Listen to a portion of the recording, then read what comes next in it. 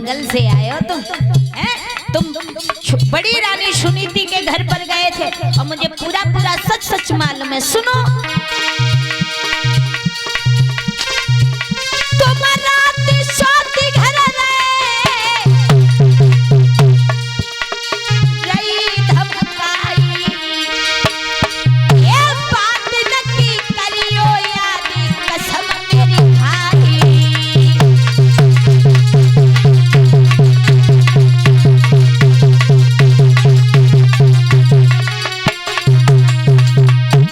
जवाब दिया मुझे मालूम है। अरे मुझे मालूम है कि तुम बड़ी रानी सुनीति के पास गए थे। जवाब दिया, क्या पागल हो गई है? हर समय उसी के पीछे पड़ी रहती है। क्या उसके पास गए उसे जाकर के खा जा, कच्चा लीला। जवाब दिया, सुनो, और ये विकास ठेकेदार 50 रुपए से सम्मानित कर रहे हैं। बोली सुची, अगर तुम सुनीति के पास नहीं गए थे, चलो ठीक है मान लिया, लेकिन एक बात सुनो, तब हम तुम्हारी बात मान जाएंगे कि हाँ तुम नहीं गए। सुनो, अरे गंगा मैया हाथ उठाइयो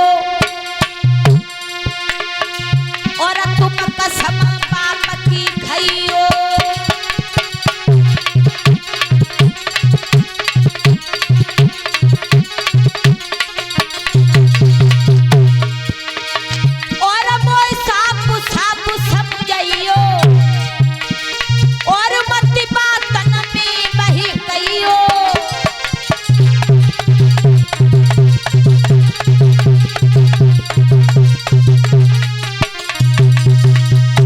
जवाब दिया है कि आप हमें झूठी बातों में फंसा रहे हो कि हम सुनीति के पास नहीं गए। अगर नहीं गए थे तो अपने पिता स्वासंभु मनु शत्रुपा की कसम खाओ कि नहीं गए थे।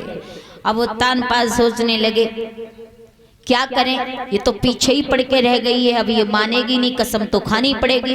कसम खा गए झूठी। उत्तानपाद को एक बात याद आ गई, बाजी वाह, सुरची 24 घंटा मेरे पीछे पड़ी रहती है, सुनीति के पीछे के वहीं गए।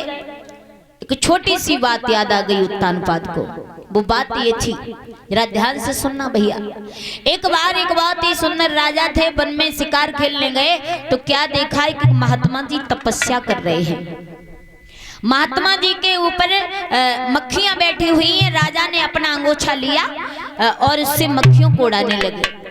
महात्मा जी की आंखें खुली, बड़ा खुश हो गए, कहने लगे, राजा बेटा तुमसे हम बहुत प्रसन्न हैं, जो आप हम तपस्या कर रहे हैं, हमारे ऊपर जो मक्खियां बैठी है उनको आप उड़ा रहे हो, आप हमसे कोई वरदान मांग लो, हम आपसे बहुत खुश हैं।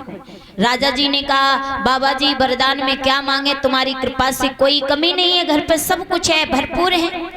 जवाब दिया, चलो कोई बात नहीं, हम अपनी इच्छा से तुम्हें दे रहे हैं कि आज से तुम पशु और पक्षियों की भाषा समझने लगोगे। महात्मा जी ने राजा जी को वरदान दे दिया। बोले ठीक